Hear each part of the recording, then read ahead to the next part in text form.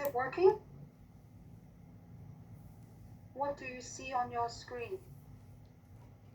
A normal PowerPoint So it's application. Yeah, just like the, not the full screen.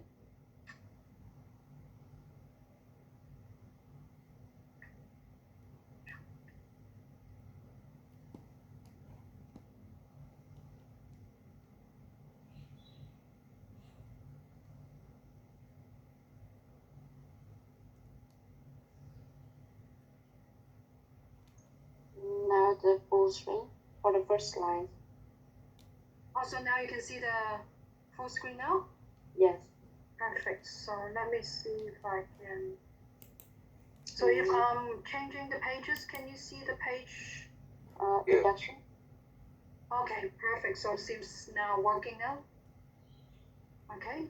So yeah, let's restart again. So as we say, communication, here is showing you the definition of the brief definition of communication is we want to exchanging information between people. So in our workplace, what we most communicate with would be our clients, our colleagues, and also other professionals, right?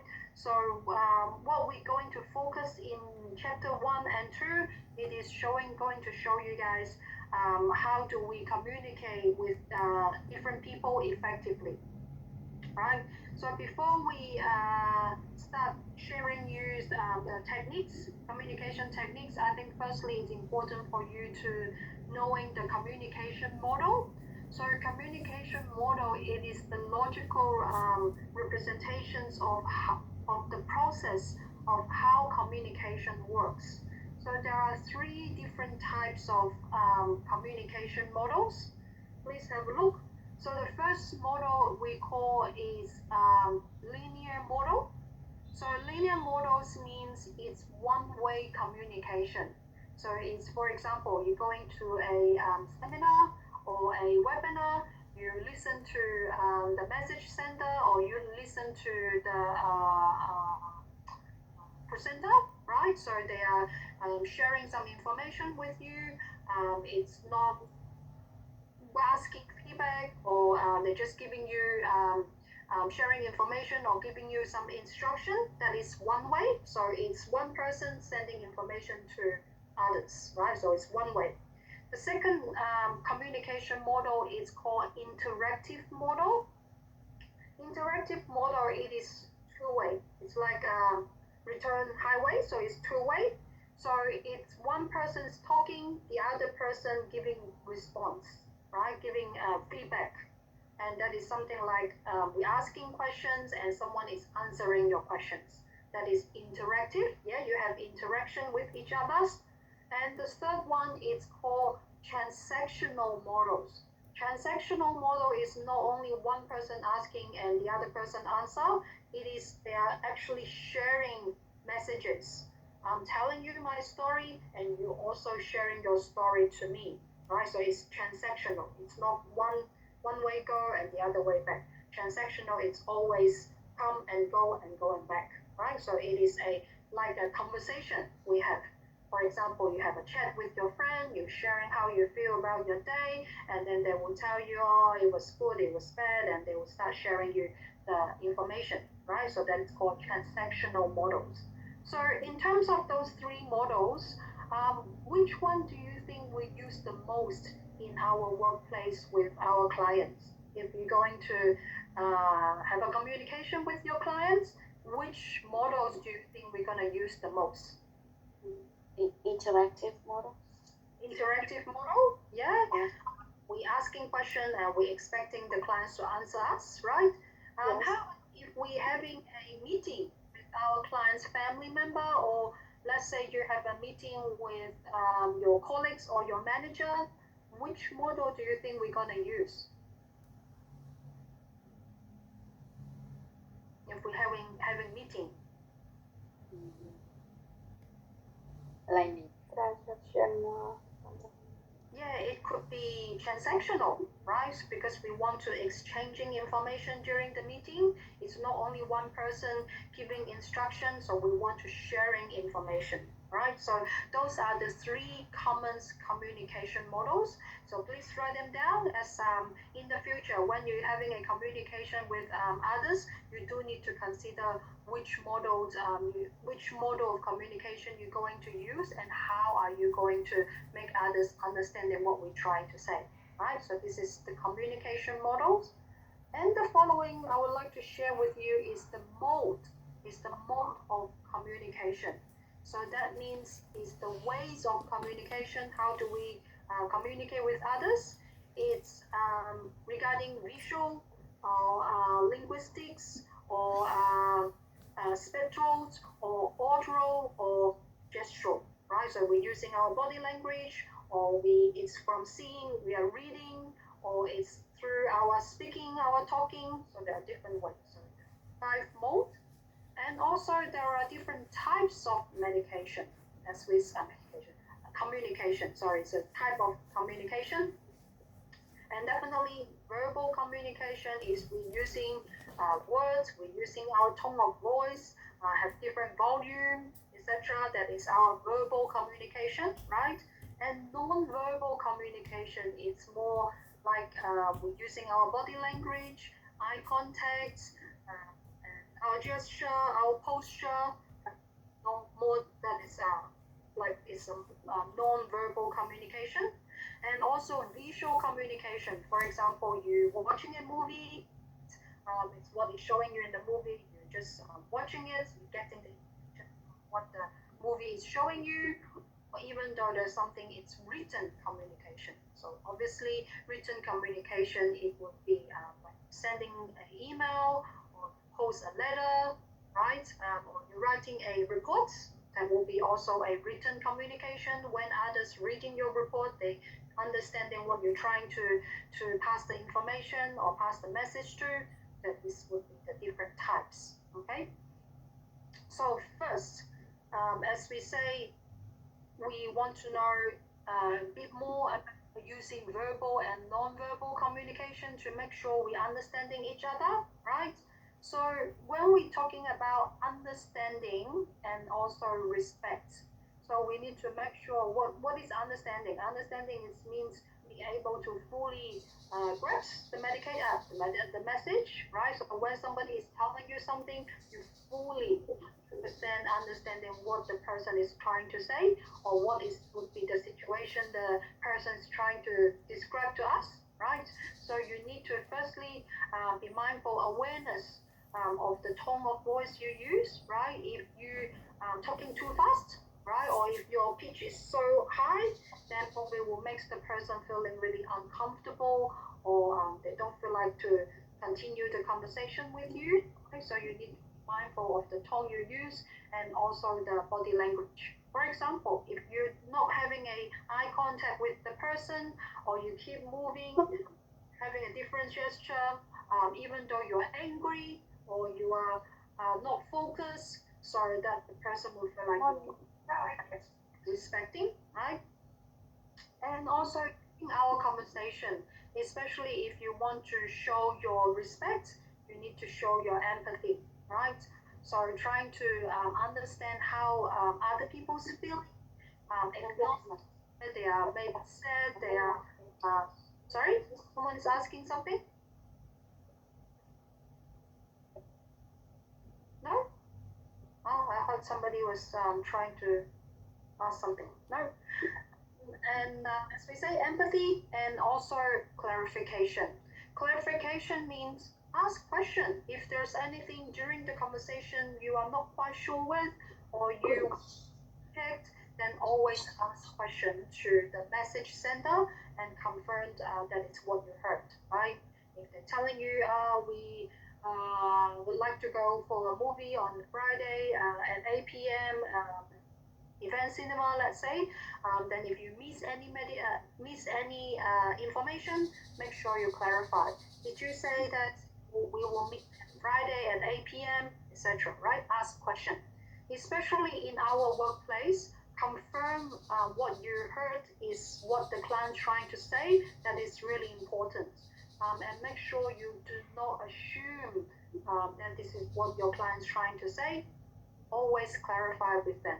Yeah, because we definitely don't want to taking a wrong information and then we sending a wrong information to others, right? Always confirm your understanding. That is also the way you can show your respect. You're paying a full attention onto the person, right? That is to enhance our understanding, but also there's a little bit more we can do to demonstrate our respect. Firstly, it is courtesy, right? So using a proper words, using the polite words and your manner, right? If you are rushed, you don't show really keen to listen to the person, that definitely makes the person feel discomfort and they know you are not really keen to talk to them, right? And always show your appreciations after somebody sharing any information with you, or if we make any mistakes or you anything wrong, just do your apology, right? So thank for the people and also admit if we're making any mistakes, right? And also your attitude towards time, right? Try, for example, try to, if you arrange a meeting with the persons, try to be punctual and also value others' schedule, right? If we schedule a meeting at, let's say, 2 p.m. in the afternoon, make sure you probably come 5 minutes earlier or even 10 to prepare everything, and that will also show our respect as well, right? So that is really a basic information about our usual communication with clients or also in our workplace. All right, so the following part is we're going to focus on talk about verbal and non-verbal communications. So firstly here is showing you what verbal communication means. First, the main form of communication, it is verbal communication, right? Every day we talk to husband and wife and our kids, and even though your kids in school or you work in the workplace, you've got so many verbal communication that you're sending the message or talking to somebody, right? And message and information we normally share by speaking, right? Like even though I'm sharing and the information with you regarding these units, that is part of verbal communication. And as you see, verbal communication, we need to how do we make sure this communication is effective?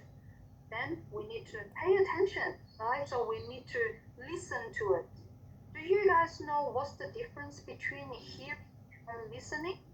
We may probably mention it previously, but anyone still remember what is the difference between hearing and listening?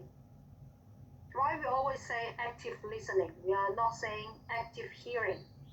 So what is the differences, you think? Anyone want to make a guess? What's the difference between active listening or listening to hearing? Probably even though the meaning is really similar or even the same, but actually in communications, they are not the same. Anyone want to make a guess?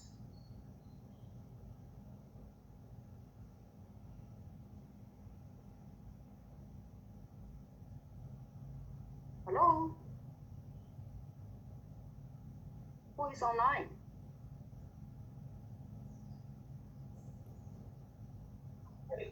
Sorry, Shruti, I'm online, but I just finished an interview. Sorry, I can't hear you clearly.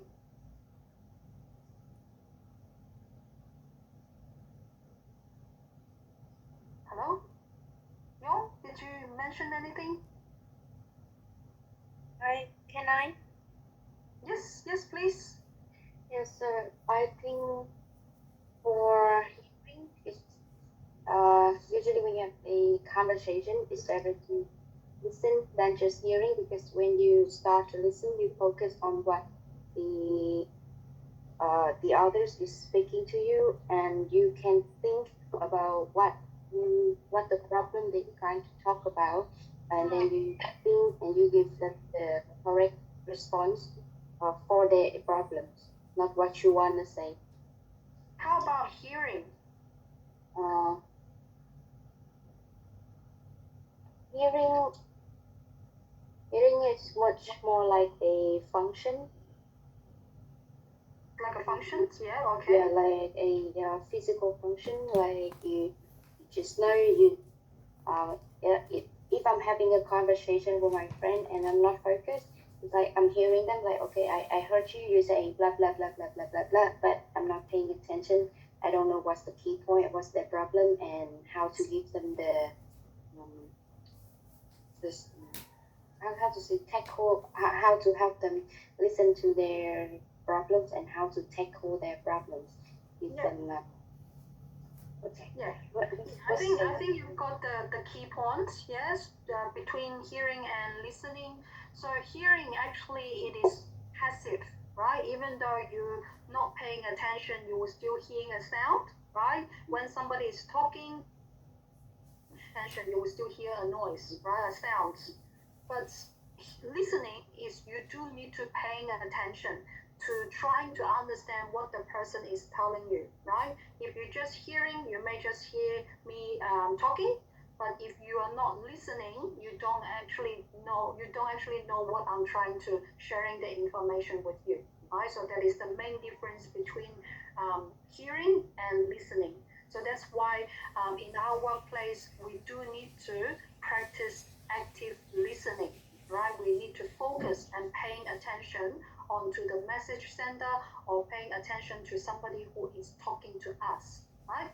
So that's why we say if we want to have an effective communication, we need to pay attention and also trying to listen to the person when the person is sharing with us. And when the message sender, when you're trying to start a communication with others, you do need to be mindful the grammar we use. Yeah, make sure you use the correct structure because as you know in English, if you're using a wrong grammar, it could be means something totally different. Yeah. So we need to check on our grammar and also the speed we are talking. Yeah, if you're talking too fast or it's too slow, that will also impact the effectiveness of our communication, right? If somebody is talking too fast, then probably it will be hard for you to capture the key information of the person. Or if you're talking too slow, you may probably making someone else feeling really sleepy and don't know what you're trying to, what is your key point, right? They were lost. So we need to mindful of our speed and also the pronunciation. Yeah, some of us we may have accents or some of the words their pronunciation is really similar, but their meaning could be totally different, right? So when we talk to somebody, we need to make sure our pronunciation is clear and also it's accurate, right? There are so many words in English, their pronunciation is quite similar. All right. So when we using verbal communication, you need to pay attention on those three. How about non-verbal communication? What can you think of would be our common non-verbal communication? Anyone? facial express and body language. Yeah, facial expressions, body language, and also our gesture, right? Eye contact, that would be non-verbal communications. Yeah, and it definitely helps us to understanding the person's meaning and emotions, especially like right? Even though I did not saying a word, but you can see from my body language and also my facial expression, you can guess, you can also try to understanding the person's emotions, right? So actually non-verbal communication that also playing a really important part in our communication.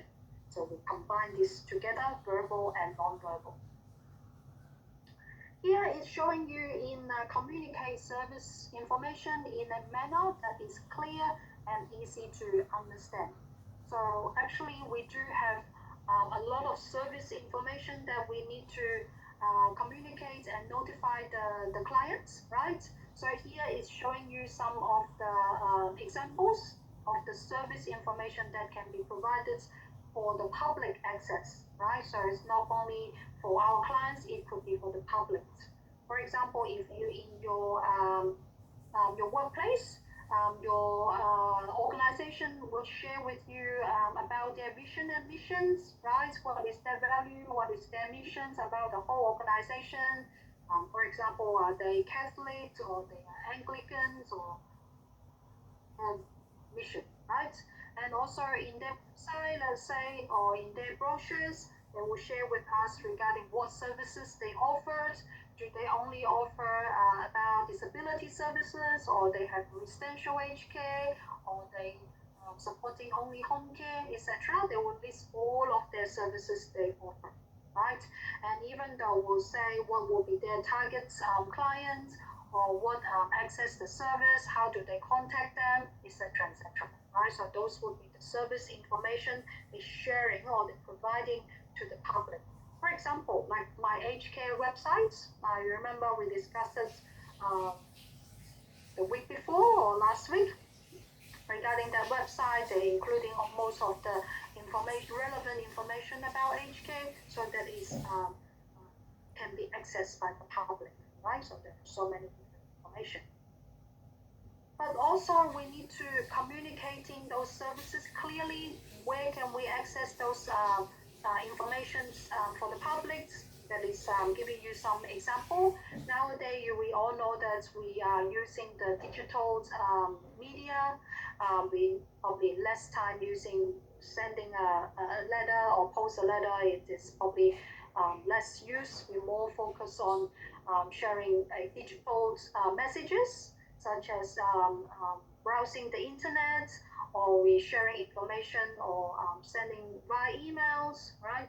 And most of us, we do have social media, even though for the organization, for the aged care facility or the providers, they do have their own social media as well. So they can do some marketing, they can sharing more their information with their potential customers or clients, etc.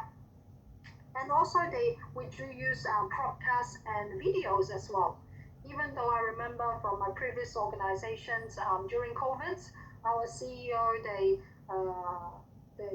makes a lot of videos that's trying to share with all of the staff and also the clients in the aged care facility, to sharing what they're doing in head office and how they're going to support us, etc.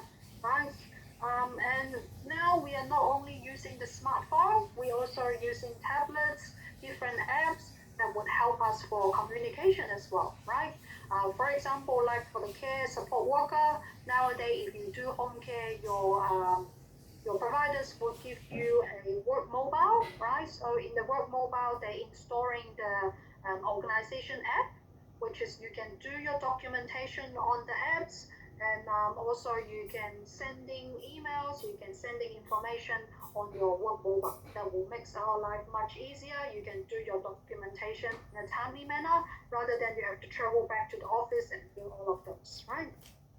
So we can, and even though a lot of medication management apps that now being marketed, we can just taking the tablets, the iPads with us to giving medications.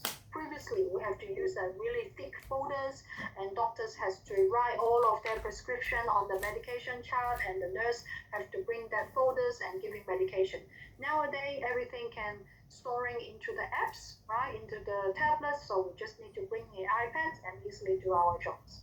And nowadays, probably you don't even need to see a doctor. They can send you the prescription, right? Directly to the QC, or they can email you the prescription, right? So you don't really need to travel and waiting for long hours to see your GP, right? That is so effective. And also in the aged care facility, we do use our newsletters, right? Depends on the organization, like the one I used to work with, they create a newsletters every month or every 2 months, I think. They print it out, they distribute those newsletters to the residents in the facility. They will also email the newsletter to the family member. right? So that is letting everybody know what is happening in the home, and what is going to happen probably in the next following weeks. So the family member and the clients, they got all of those information, right? And also the last one, it's called intranet. So it is different to internet, right? Internet is can be accessed for by the public, but intranet is only can be accessed by the internal staff. All right. For example, you are employed by this aged care facility, they will give you access to get into their intranet. If you are not working for this organization, you won't be able to access to their intranet. So what would be the information you can find from the intranet? For example, your organization's policy and procedure, or if there's any changes about your organizations, or if you want to apply for a leave, right, you can access some of the leave form, right, you can download from your intranet. Yeah, so that's why we say it only can be accessed by the internal staff, right? So those are the different ways using for digital media, right? So far, any questions before we move into the next part? All good. It's quite straightforward, right? Great. So now we're going to talk about how we can confirm a person's understanding, especially when you're talking to someone, right? How do I know if you are understanding or not? So you do need to confirm. And here it's showing you there's a couple of ways we can confirm with understanding. You can repeat the discussions, right? You for example, your client is talking to you, asking you or request you to doing something. You want to make sure what you understand what your client's trying to say. You can repeat or restate form. Hi Mary, is this what you mean? You go and call the member and ask them to come and visit you. Is that's correct? Right? So you restate the key information. The clients request you to call her family member and ask them to come and visit, right? So you can repeat the discussion. That is one way to confirm the understanding. The second one is to restate idea. So try to say it in a similar or different words, right? Using your own words, but trying to repeat the whole information or the key idea again to make the person to confirm whether that's what they're trying to say.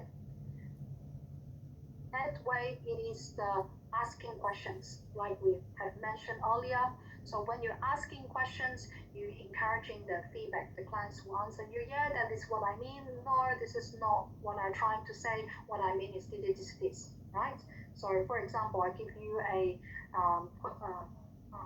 questions you can ask. For example, can you tell me what you understood?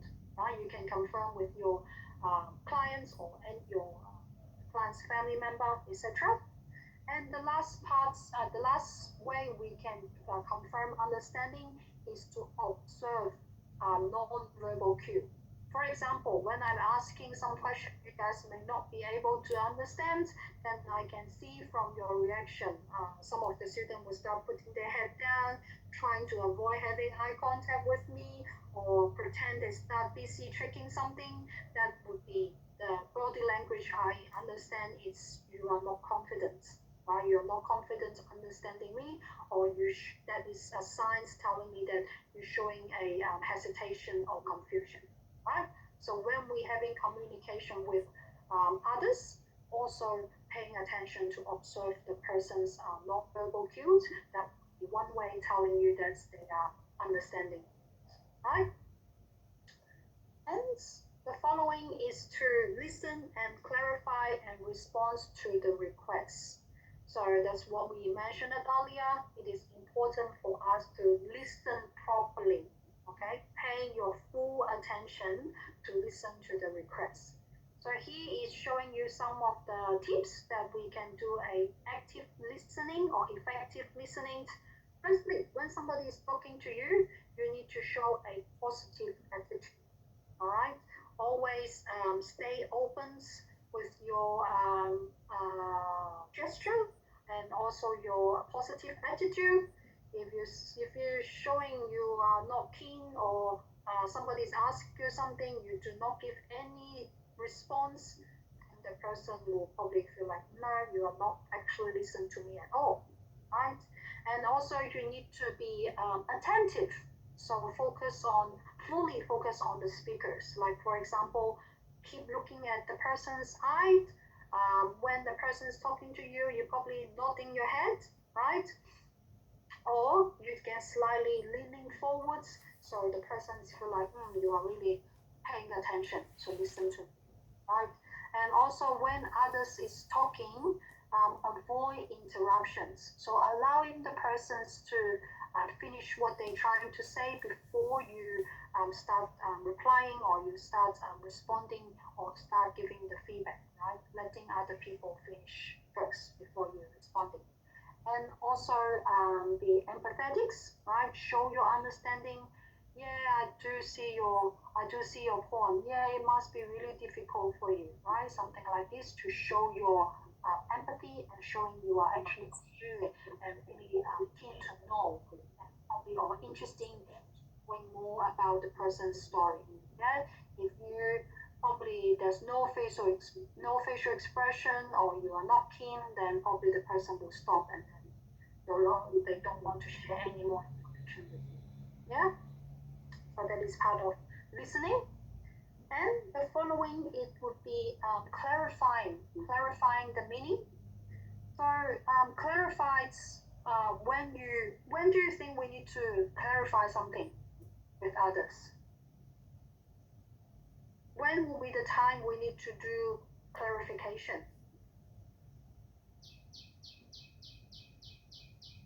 When there's misunderstanding. When there's misunderstanding, yes. Any other opportunities or situation that you may need to clarify something?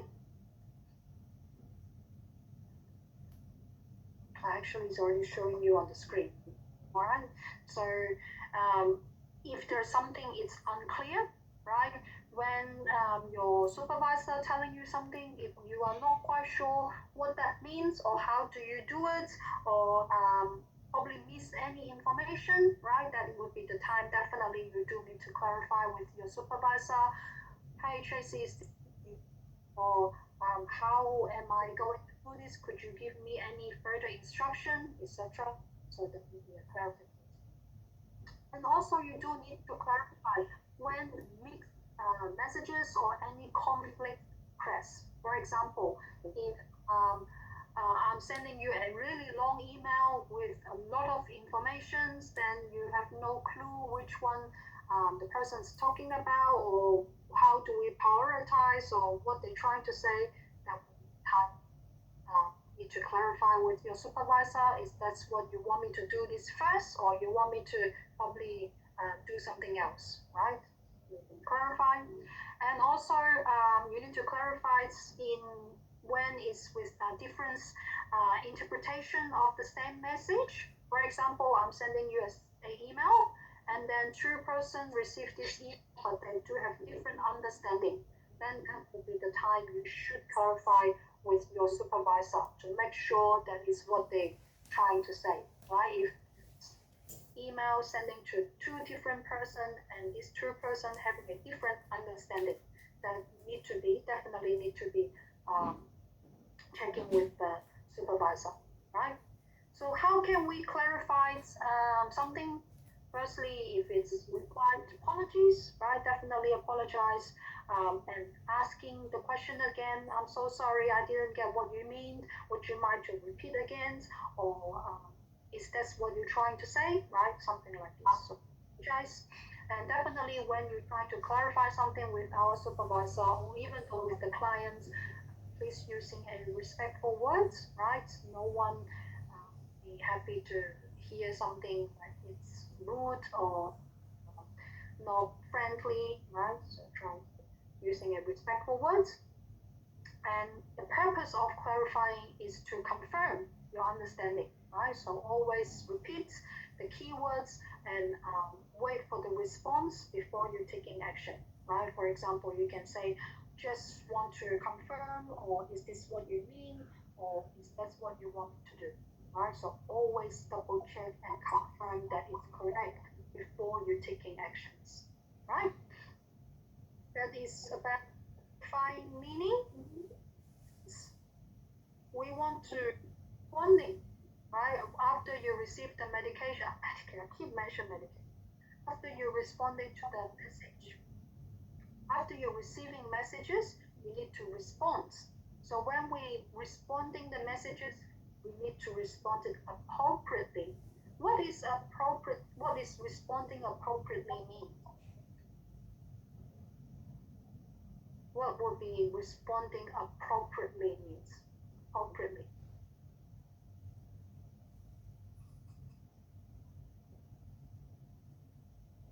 Come on, you guys are really quiet today. What is responding appropriately means? What can you think of? Like if I'm asking something, it's completely silence, like what you guys doing now. Do you think that will be appropriately? No. No, just answer me, right? Especially when your client's asking you something, you would not be completely silent, right? Even though you're not sure what to answer them, at least tell them, sorry, Mrs. Smith, I am not quite sure, is this what you mean? Or I am not 100% sure, let me find out, right? Give some response, right? So firstly, you need to be direct and clear. Try to get the main point quickly. If the person telling you something, give some responses, talking to the person, yeah, I know what you mean, yeah, I can do that, let me go and find out, right? Or, no, Mrs. Smith, I am not quite sure about this, give me some time, I'll get to you, right? So you need to respond to the person clearly, and also avoid any unnecessary complexity, yeah?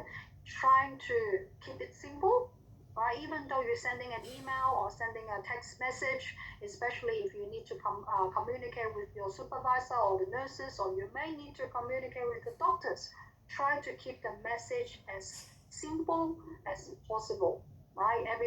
No one has time to read a really long messages or like an essay long, right? Direct, simple, yes, I can do that, no, I need further information, that's it, right? And consider the language needs, yeah? Use the words the person understands, especially you're talking to your clients. Avoid using any medical jargon, right? Don't forget your clients and your family member, they may not have the knowledge and not medical background that understanding those medical jargon. So try to explain to them using simple words, yeah? And definitely, it's common sense. I think we all need to respond it politely, right? Maintain a professional and always a positive tone. Say we're not using medical jargon, but we still can using some of the professional words, right? That's to respond it appropriately. Okay. And also, following is about exchange the information in a timely manner and within the confidentiality procedure. So we say we need to, like especially in your workplace, you do require to exchange information with your colleagues quite often. Yeah, probably even though every hour you do need to update your colleagues, or you may need to exchanging some information with them. So firstly, you do need to know what type of information you are sharing. Yeah, so you are sharing your client's medical information, or it's just their social, their what is clinical information, etc. Check, and it could be the information, right? Like the details about the services you applied, or the client's information, or any process updates, what procedure the client is going to have, or is the client going out with the family member, or if you're going to call the family member to update them what's the procedure or what's the new medication doctor has prescribed, etc. So you do need to exchange those information with others.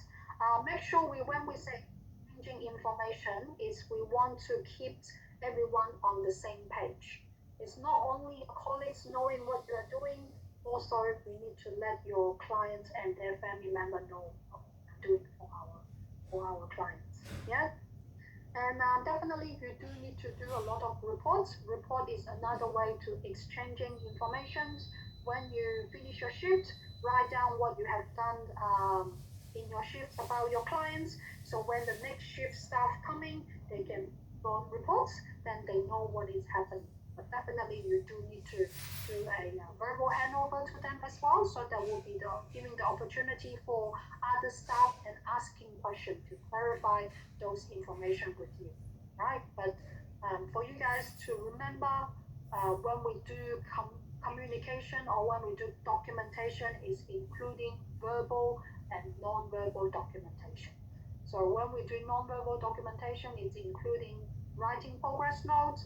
If there's any incidents, you need to complete incident reports, or even though for you guys as a care support worker, you do need to do a lot of observation charts. For example, personal hygiene charts, repositioning charts, or bowel charts, or food and fluid charts, etc., etc.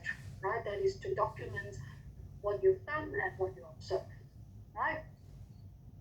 So how do we make sure we effective information exchange?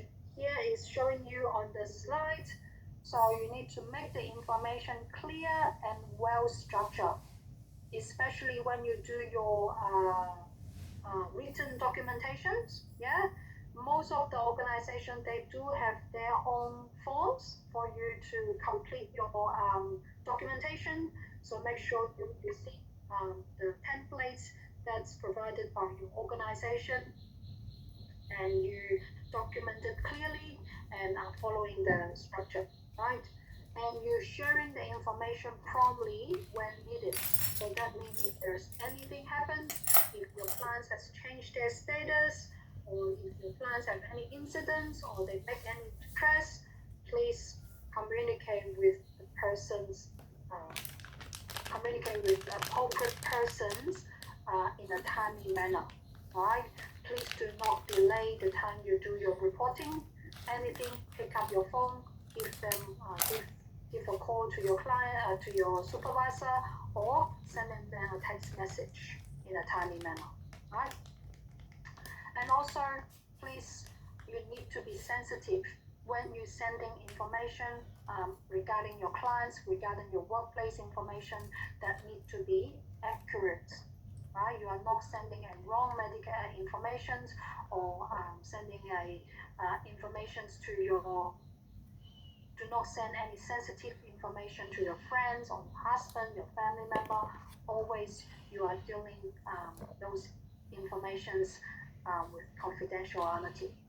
Okay, that's why most of the organization, they will not allow the staff using their personal mobile during the work hours. Okay, you need to put your personal mobile in the locker, or you may need to keep it somewhere else. You are not using your you're not using your personal mobile during the work time, because one way is they want to avoid you accidentally sharing any sensitive information to others, right? But of course, if you have any emergency, you probably need to, you're waiting for any urgent calls, then you can let your supervisor know. Probably it's 2 hours, I may need to carry my personal mobile because I'm expecting any emergency calls from somewhere else, right? So you can communicate with the supervisor. Most of the time they will understanding it, but otherwise you should not carry your personal mobile in your work hours. Okay. And also exchanging information need to be clear and within confidentiality procedure, which is what we have just mentioned. So make sure information, there's some of the cases we always say we need to protect our clients' privacy and for confidentiality, but here there are three exceptional cases that we must share the information to others. First, if that case it is a mandatory reporting, right? So, for example, there's elder abuse, child abuse, or if your clients have unexpected death, or if the person is missing, those are the cases about mandatory reporting. That will be the time you must share those information. Yeah. And the second exceptional cases, it could be we must share information to prevent any harms or protect any welfare. For example, if your client's telling you, oh, I'm going to try to kill somebody, yeah, if someone's telling you this information, you can't keep it confidential. You must sharing with your supervisor because that is to protect and prevent any harm. Okay, even though your clients may have some mental health issue or any cognitive impairments, if the person sharing anything to you that they may harm others or they may harm themselves or they may cause any damage to the property or whatever, that will be the time you must share those information. Okay? And the last exception, okay, is it the legal purpose. If you're going court, the judge will present some of legal documents. That will be the time we have no choice and must share those information onto the court. All right. So let's write them down. That will be the three situation, exceptional situation. We must sharing information. Okay. Any questions? No. So can you, what would be definitions of communication? What is communication means?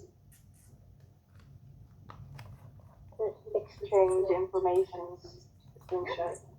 Yep, so effectively exchanging information, good.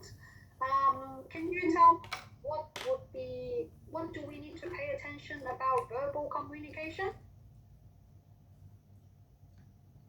What do we need to be mindful when we're having a verbal communication? Focus, responsive, and respect. Yeah, so we do need to respect. And in terms of the verbal communication skills, what do we need to be mindful? Active listening. Sorry? What is that? Sorry? Yeah.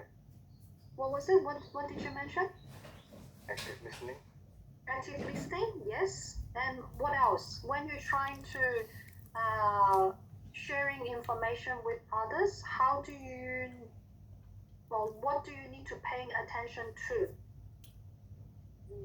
The choices of vocabulary, grammar, Yes, the speed excellent. you talk. Perfect, right? So when you're talking to somebody, you need to pay attention by using a proper grammar, the speed, and also the tone of your voice, right? Excellent. How about non-verbal communication? What do we need to pay attention onto non-verbal communications?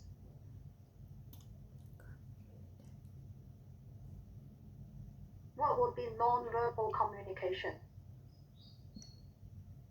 Eye contact, gestures. Gesture. Eye contact, posture, Body language. body language, yeah. So focus Expression. on facial Facial expression, expression. yep. And how do we find understanding?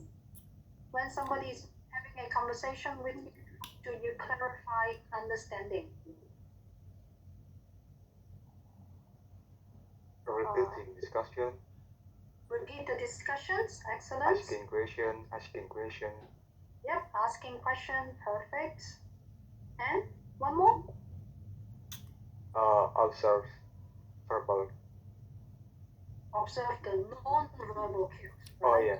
yeah. Yeah, non-verbal cues. Excellent, Perfect. Good. So I can at least checking you guys do have some understandings. So we move to part two. So part two is about how we collaborate with our colleagues. So as we do have a lot of meetings, we do have verbal handover with our colleagues. Oh, by the way, do you guys know what handover means? Do you know what I keep mentioning handover? Do you know what that means? Transfer the workload from one to another. Yeah, excellent. So we're working in as a nurse, as a care support worker. You do holding the responsibility to sharing information and telling what you have done from your shift to the next shift. Yeah. So for example, if you start from morning shift, start from 7 a.m. to 3 p.m. When the afternoon shift comes at 3, you do need to give them a handover. So you need to tell them, oh yeah, in my shift, John Smith, he had a fall at 10 a.m. and now we have already started doing his vital signs. Please continue, right? So that is a handover. You're sharing what is happening in your shift and also telling the next following shift staff what they're supposed to follow up, right? This is part of handover. So, and also the afternoon shift, they do need to do handover for the night shift. And when night shift finish, they do need to hand over to morning shift again, right? So we do have 24 hours, 7 days. So every day we do need to do those similar procedure. Yes. Okay. So we do need to listen, clarify, and agree to the time frame, especially when our supervisor giving us some tasks to do, right? So you really need to listen to and clarify our workplace instructions. So here is showing you some of the tips for listening to workplace instruction, especially when your supervisor telling you, please, can you go and check Mary's blood pressure for me, right? So you do need, this is instruction your supervisor giving to you. So you do need to actively listen what they're trying to say. So you need to focus on what your supervisor telling you to do. Sometimes if they're telling you more than one information or more than one task, I will strongly recommend you guys to take some notes. Yeah, you always need to bring your notepad with you, or even though using your work mobile, you can start typing or writing, take some notes if they're giving you more than one information. Because, you know, we are super busy, sometimes we can easily forget something. But if you're just telling your supervisor, oh, I'm sorry, I forget, that is not good enough, right? So that's why I strongly recommend you guys to bring your notepads with you so you can write down some key details to avoid forgetting. And definitely asking questions to confirm any important point before you start acting. For example, Tracy, is that's all you want me to do, to go and check Mary's blood pressure and also calling the family member and this and that, right? So you confirm all of those key points with your supervisor again, and don't take any action until they confirm with you, right? So that will be the way to clarify. And definitely asking any question if you are not sure, or confirming your understanding with your supervisor or the speakers, and also responding positively and showing your willingness to follow. Okay, definitely to asking questions. Most of the time, if your instructor or your supervisor asking you something, if it's related to work, most of the time you do need to do it.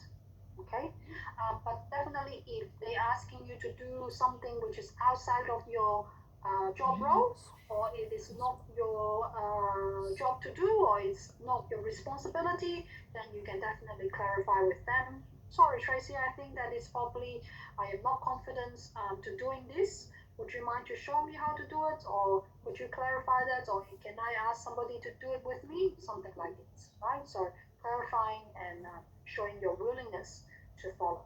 Okay.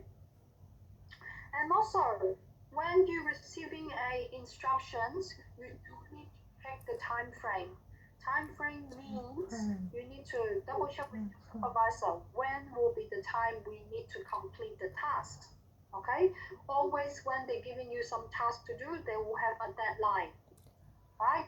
So checking when will be the start date and when will be the due date. Right? Don't expect that you got 2 months, 3 months to do. Always check. Okay, so when do you need me to get back to you regarding Mary's blood pressure? How often do you want me to do it? Is it every hour, every 15 minutes, or whatever the time frame? Okay, so always check with the supervisor regarding the time frame and also the deadline. Okay, they may asking you, Leo, can you please check Mary's blood pressure every hour until 2 p.m. in the afternoon? Please bring it back to me. All right, so that is the instruction. So you know that it's the start time is now, and check every hour and bring it back at 2 p.m. All right, so those are the time frame. So especially you may miss some key information if your supervisor giving you instruction via phone call, or if the background is really noisy, you may easily miss some important information. So please make sure you repeat and also clarify the time frame with your supervisor. Okay? And if your supervisor giving you some task which you think, oh, I may need a little bit more time to complete, so make sure you double check with your supervisor. Is it okay? I get back to you by 3 instead of 2 p.m. All right, so you need to discuss with them. All right. And the following, we need to identify lines of communication between organization and other services. Even though most of the time you do need to communicate with your supervisor, but sometimes you may need to talk to someone else. So if you need to report something or you need to communicate something, you should know the communication line. Here on this line is showing you what's the line of communication means. That means how the information and messages are conveyed from one person to another. Right? So in your organization, the manager probably will always communicate with your supervisor. Your supervisor will sending a message or giving you some tasks to do to the service workers, the care worker, and then the care workers would always communicate with the clients, right? And the clients will also talking to you guys and also talk to the supervisor, right? So that is a line of communication. But also definitely you do need to know if there's any emergency happens, your first person to communicate with, it will be your supervisor. Supervisor is not available, then speak to the next line of the person, will be your facility manager or the care manager. And also during our communication, we do need to use our industry terminology correctly, okay? Regardless in verbal or written or any digital communication, we always need to use terminologies. All right. Do you still remember some of the abbreviation we learned from last week? What is UTI stand for? What is UTI stand for?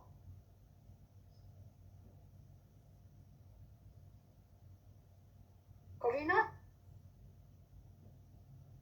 Do you remember what is UTI stand for? Like kidney. Sorry? Like kidney, trachea, something like that. No. No? UTI. What is UTI stand for? Urinary tract infection. Excellent. Thank you, Leo.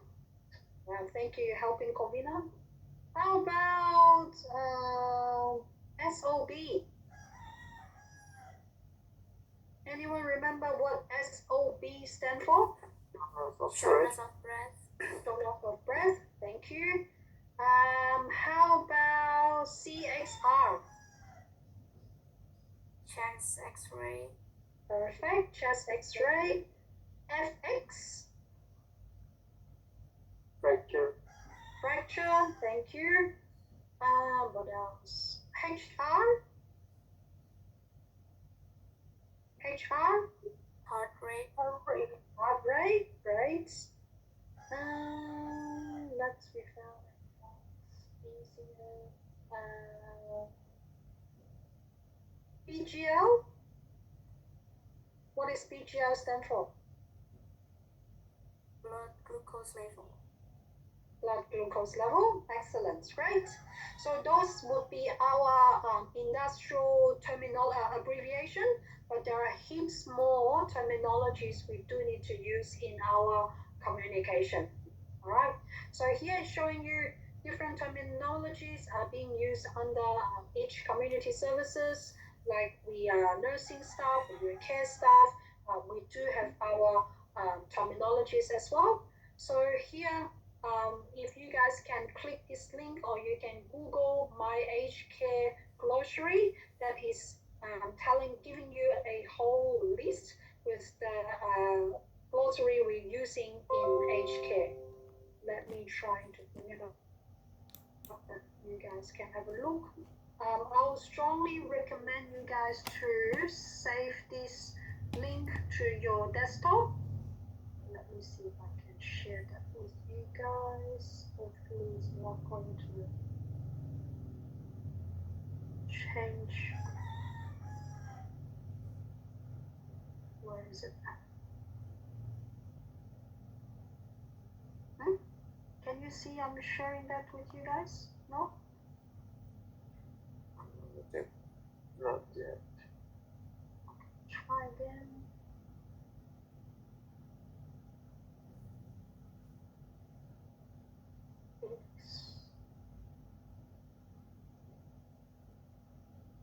Can you see it now?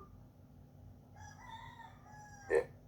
Okay, perfect. So that is the website I'm asking you guys to save. It's myagecare.gov/glossary.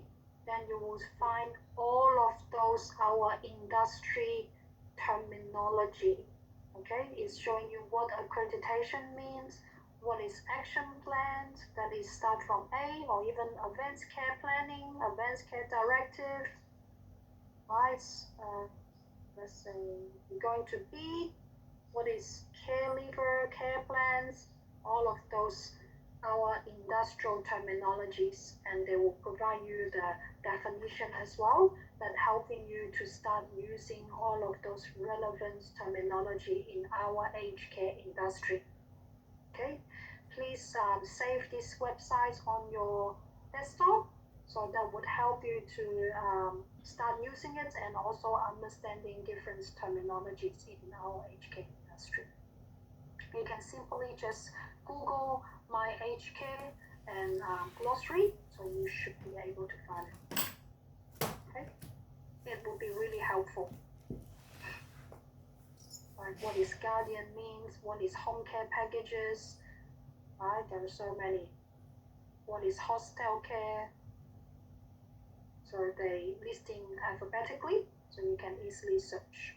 All right. So let's go back to where we are having just now.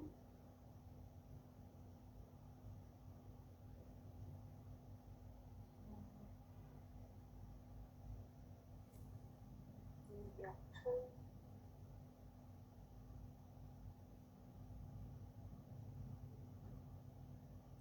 Yeah.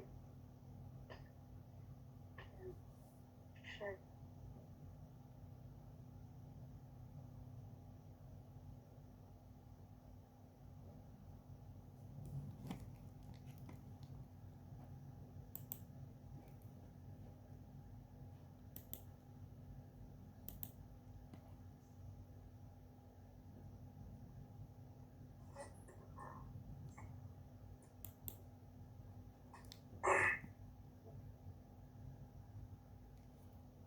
Are you able to see my screen now?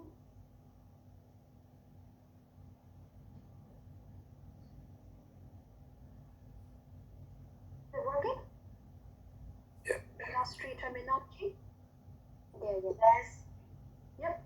So yeah, write down or take a screenshot or you Google my HK glossary. You will find the page I just shared with you guys. Okay. And also, I think last I did share another document with you. You can find the medical abbreviation. You remember? So you can utilize both documents and website that helping you to understanding the abbreviation and industry terminology. And yeah, we do need to make sure we use the terminology correctly, okay? Especially, you always need to consider who you are speaking with. So if you are talking to the doctors or the nurses, yes, definitely they will really familiar with those medical abbreviation or industrial terminology. But if you're talking to your client or their family member or someone who doesn't have any industrial background or experiences, then you may need to be mindful when you're using those terminologies or abbreviation. You may need to avoid or you may need to provide extra explanation to them, right? They may not understand what UTI means or they don't know what you're talking about. So probably you can avoid using terminology because they may not be able to understand. And also it depends on the types of the service you work in. There would be some of the terminology, even though it would be the same meaning, but it could be the calling in a different name. For example, in residential aged care, we probably calling using progress note, document in the progress note, but in disability services or in community services, they may call it as case notes. Yeah, even though it's the same thing, but they just slightly different. The name they're calling would be different. Yeah, so it depends on the type of services you're working. And also, we do use a lot of our industry terminology in verbal communication. For example, when we're having our communications or conversation with your colleagues, do use terminology.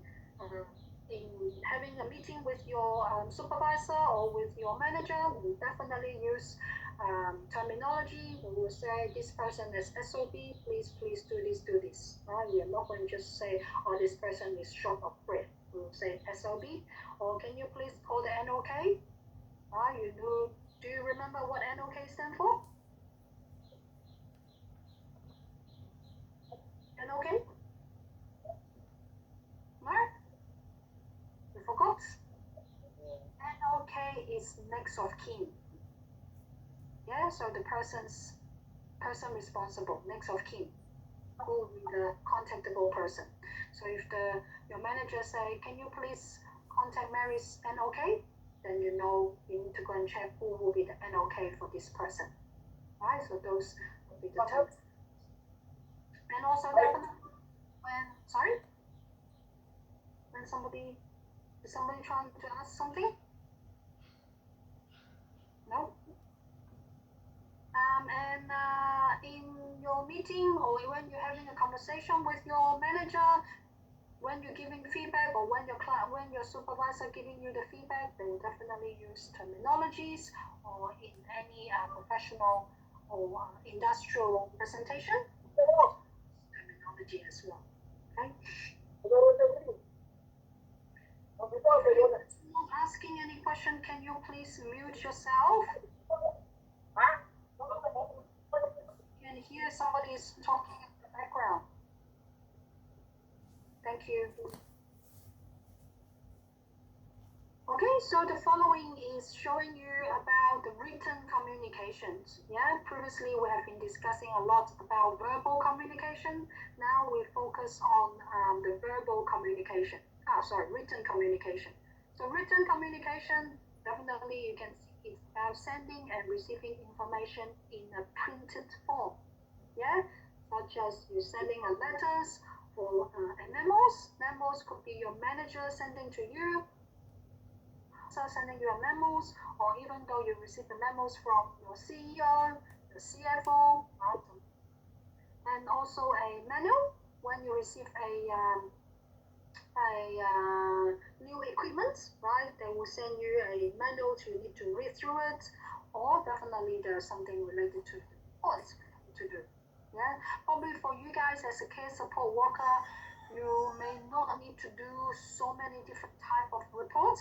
I think the most common report you need to do is the incident reports and also the hazards reports. If you identify any hazard, then you do need to complete a hazard report. I think that would be the most common two types of reports you need to do. But definitely for us as a registered nurse or as a manager, then we do have a lot more different type of reports to do, right? And we do need to using terminologies in a digital communication, which is we have mentioned earlier, like email, phone calls, video conference, and also instant messages. Like we do have WhatsApp or Snapchat, and so many different medias that we can use as a digital communication. But I think the most common one we use in aged care industry, it is email and sending a text message, even having a video conference. I think telehealth is become more popular in aged care industry nowadays, especially after COVID. For some of the clients that may living in a rural area, they are unable to travel long hours from rural area to urban area, so they can now using telehealth, right? So the doctors can review them via like Skype or Zoom, so it helps them to getting the medical services, right? And the last few parts before we go for our break, it is how we follow the communication protocols. So every aged care facility, or even though if you in the future, if you work in other industry, they definitely would have a communication protocols for you guys to follow. Okay, so when you report something, you need to check who will be the line of authority that you need to communicate with, which is we have mentioned earlier. If you're working in the community services or even though in residential care, you as a care worker, you communicate with the registered nurse. The registered nurse will communicate with the care coordinator, and the care coordinator will talk to the manager, and manager will the director. Right? So those are the line of authority, or we always say it's line of hierarchy in your organization. So you should not jump to communicate with your manager without informing your supervisor. Okay? Even though you mentioned, unless if there's an emergency and you are unable to contact your supervisor, yes, you can call your manager directly. But if there's the usual way we communicate is you should talk to your supervisor first. Then your supervisor will escalate to the manager. You should not jump directly talk to your manager because that is the line of authority reporting. Does it make sense? Yeah, anything you should talk to your supervisor first. Unless if your supervisor is unavailable. And if there's any emergency, you need to get the instruction, then you can contact your manager directly. Otherwise, you should always firstly communicate with your supervisor. Okay? And as we mentioned, you guys need to follow the communication protocols. The communication protocols would including a lot of different informations. For example,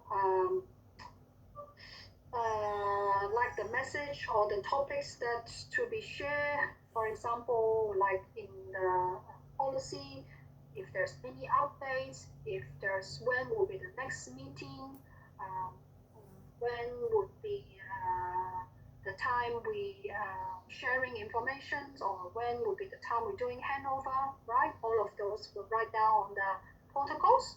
For example, every day at 3 p.m., everyone should come to the office and start doing handover, right? All of those were clearly documented. And also, you do need to know who will be the person responsible, especially for any particular situation, right? If something related to probably let's say nutrition and hydration, probably you do need to talk to the chef, right? Some of the clients they would like to have milkshake or they would like to have more drinks or whatever, then you need to communicate with the chef. Or if something related to clinical, definitely you talk to your supervisor. If something related to recreational, right, activities, you may talk to the recreational officer, etc. So you need to make sure in what situation who you're going to speak with. Yeah. And definitely in the communication protocols, it will venue. So the venue is the setting or the methods for delivering information. For example, when we have meeting, we should have a meeting in the meeting room, right?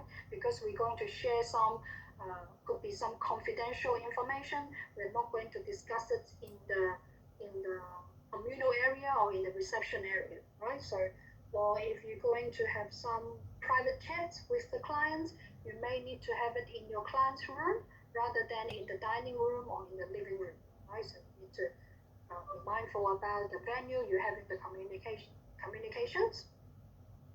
And also you do need to be mindful about who will be your audience, who will be the person or who will be the message receiver, right? So you need to check if the person may need interpreter, or if the person has difficulty of understanding you, or if your clients may